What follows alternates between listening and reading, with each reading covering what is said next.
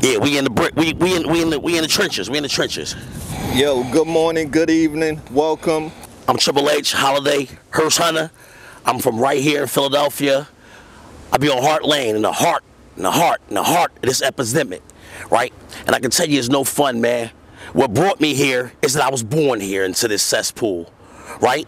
While I remain here is because I'm fighting for the people that's been forgotten about here in this cesspool, right? And it heartbreaks me as I sit on Hart Lane and watch all these beautiful people dwindle away because a decision was made some other place to forget about these people. Aid that was given to be given to these people, resources that were put in place to help our people here in Kensington have not gotten to them yet. The fentanyl that was boated over here from someplace, past checkpoints, right? Past gun lines, past borders, past American security, has managed to make it right here on epidemic frontline America, right here in Kensington. And I'm heartbroken about it. I'm one of the survivors of drug addiction. And I still battle with not just drug addiction, but mental illness, right? There's ways that I am emotionally unstable due to the things that I've had to see here, the things that I've had to do here, and the things that I've had to overcome here. The reason that I agreed to do this interview is that I hope that as you hear my voice, it implores you to get up and get past your judgment of our own people and get involved. It's the only way that it's gonna work. We have to stop pitchforking against each other and start harmonizing together, using one voice under God's judgment and under God's anointing and under God's leadership for us to begin to take back what's rightfully ours. As long as we continue to allow someone else to speak for our people, right, dictate for our people, it will never be what we need for our people. Now it's time for us, after being ridiculed, judged, and examined, to be heard, to be worked with, and not told what we need to do, but work together on common solutions. I love each and every person in this community. I love each and every person that has a soul in their frame. I love everybody that loves themselves. But how many of us truly love ourselves? How many of us truly know ourselves? This is speaking directly to judgment. Because if we spent more time reflecting on bettering ourselves and contributing to the solution, we would be much further. I say we because I am self-examining myself. I am included in first of all these things. I'm willing to step up and use myself as an example. If it will meet anybody and reach anybody who's sincere about trying to make change. It takes unification. It takes love. Less judgment. Judgment is the word that I want to highlight in what I'm saying. Judgment is a position best left for God. Judgment is something that God teaches us that we all should use when navigating in this life. However, God tells us not to be judgmental as we walk. These are two completely different things. Being judgmental and using wise judgment as we navigate in this hell. I started off as a young man smoking marijuana, drinking whiskey, you know, and instead of listening to my parent, who was a single mother in North Philadelphia, trying to raise myself and my brother, I decided to experiment. There was not a father in my home, and I never really got involved in heroin. I saw the depths that it would take a man. My father, too, had battled with heroin abuse. He had became very violent, which led him into alcoholism, and ultimately ended up dividing my family very early on. I never had an opportunity to meet my father and know him all I heard was legendary tales of the ass kickings that he would give my mother after a night of drinking or after a night of using heroin. And from those tales and the bruises that my mom wore, not just physically, but emotionally, and the trauma mentally, I had made a decision that heroin would not be a drug for me. However, no one could completely prepare me for the things that I would see.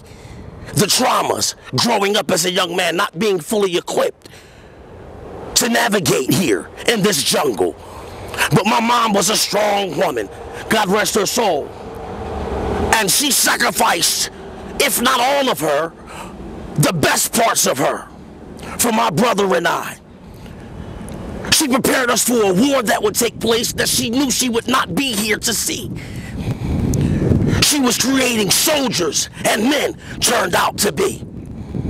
My mother became a little cold in my sense because the affections that I was looking for from a mother were replaced with instruction of a drill sergeant. I battled with crack cocaine. I battled with crystal meth. And the urge, still now, is there. This is a lifetime affliction, dealing with addiction. When we are not at peace with our souls and ourselves, it will create a lifetime of confliction. I hope that everyone will look at me and criticize and critique just as they would them own selves. See, I've laid aside my pride and I've decided to use whatever it is of me for the glory of God, the pressing forward of my people, and the edification of God's house. Well, what's your situation right now in life, Holiday? My situation now is that I'm fighting to try to pick up the pieces from the things that I've destroyed. I'm working every day, just like everyone else here, to get out of this ghetto. But when the food is more expensive than the drugs, there's a problem. When the poorest people here in this community work the most hours and have to pay the most for utilities, housing, and groceries, there's still going to be a problem. It still forces fathers to step out and do more that they don't necessarily want to have to do. It forces mothers to be absent from the home when she should be nurturing with children. It forces young men to have to grow up faster, to take on responsibility so that mother doesn't have to be burdened with tears every night. These are real issues that are facing our community. If you notice, I haven't mentioned race yet, because there is no racial line here. There is no racial divide here. This speaks directly to poverty lines. This speaks directly to integrity lines. This speaks directly to the financial divide in our America. What do you think is going to take to help solve or help fix this crisis that's in Kensington? Burn the bitch down. Destroy and rebuild. And I mean from City Hall to the gutters of North Philadelphia and to the snow-peak-capped hills of Chestnut Hill. Turn this bitch upside down and shake it out. And wherever there's disease or cess or perversion of what it should be, there we start. We drag it out, and in the midst of the community, in front of everybody, we destroy and rebuild. Well, what's your living status right now, Holiday? Where do you live? Well, I'm living with my lady friend, and together her and I are facing these same issues. She's a single mom, 3 children, And I'm trying to be a father figure to her and her children. That's good. What's a day out here look like for you, a day in your life? A day in my life is walking through here and trying to inspire people, trying to love one another. There are a lot of people who come here with aid and relief. So I'll take what I can get, and in the name of the law, I keep none for myself. I use it to try to extend the hand of God. And with each person that I can reach and have an intimate encounter with, I try to get them to reconnect with God, reconnect with themselves, and reestablish a place in our community where they belong, rather big or small, that they can jump into this fight and contribute. I use myself as an example. I do not judge, but I pray that God makes me wiser in my judgment every day that I'm here. I come in the cleanest that I have and make sure that I leave the filthiest amongst all of us. What's your biggest regret in life? My biggest regret in life is that when I was given instruction on how to correct the imperfections in my life, I did not have the courage to do it on my own, to live now. And through bad advice, I made more mistakes than I had to, which made the recovery for me a lot longer. I was too concerned about the highlighted word, judgment.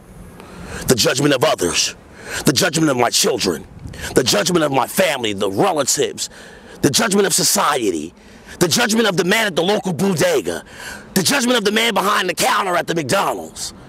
I was more concerned about what others were thinking of me and spending more time covering the flaws and the imperfections. I lost precious time on actually purging the problem from myself. Never again will I measure myself against any man, because I'll always come up short. Turns out there's only one Triple H heartbreak holiday from Hart Lane. And as long as I measure myself up against me, I can never fail. Seems my height is as high as I can raise the bar, and my lows are as low as I'm willing to go. My short-term goals are to stay alive, to stay positive, alcohol, disease, and drug-free. Continue to try to communicate with people who are on ground zero here in this community, who know exactly what they need in order to begin their road to recovery. To try to get these lists of people who are homeless in communication with the people who are in power. When I was out here homeless on the streets, I made it my business to walk up and down every alley, every dark street, every back street, and know every person here that was homeless. And I found out that it was because we didn't know each other, is why we fought against each other. This homeless community is a very large community, and I figured that it would be a whole political party if I could get everybody who was unregistered to put their name down on a piece of paper with their thumbprint or their X. You'd be surprised how many people are here who have served this country, who are not receiving medications and benefits. How many women here who have been abused, raped, and mishandled, who are not being treated with the proper mental illnesses that come with these kinds of things. The many of people who are here who are disconnected from their families, who have not been given an opportunity to reconnect with them. There is a list, and it goes on. There are people here that I know who are more closer to me than the intimacy that I share with my family, because I've came out here with my sleeping bag, even when I wasn't out here, and laid down with these people and ate with them, and found out that we had more in common, even when I was going through my recovery, than I did with some of my closest and most dearest relatives. Okay, so Holiday, we about to shut things down. I got this last question for you. There are a lot of people in this world who judge people who struggle with drug addiction. What's your message for the world? Judge ye not, lest ye be judged. And if you want to know what these people go through in their addiction and in their judgment, remove yourself from yourself for just a moment and come to where these people are. And when you turn your judgment off, turn on your ear to be able to hear what the people are saying. Take your judgment and replace it with empathy. Be able to feel what someone else is feeling, even if it's just for a moment. Replace your judgment with sympathy. Know how to console someone when they are at their lowest point. And turns out judgment is not a part of either of those things.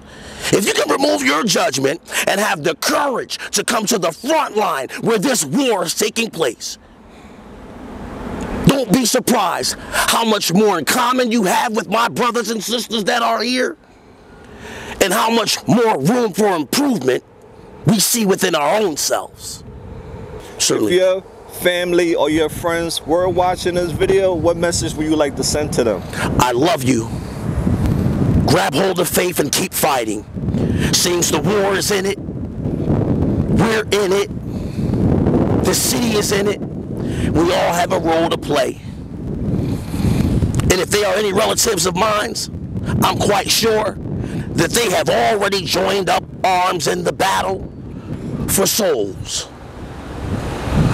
Seems we're all builders.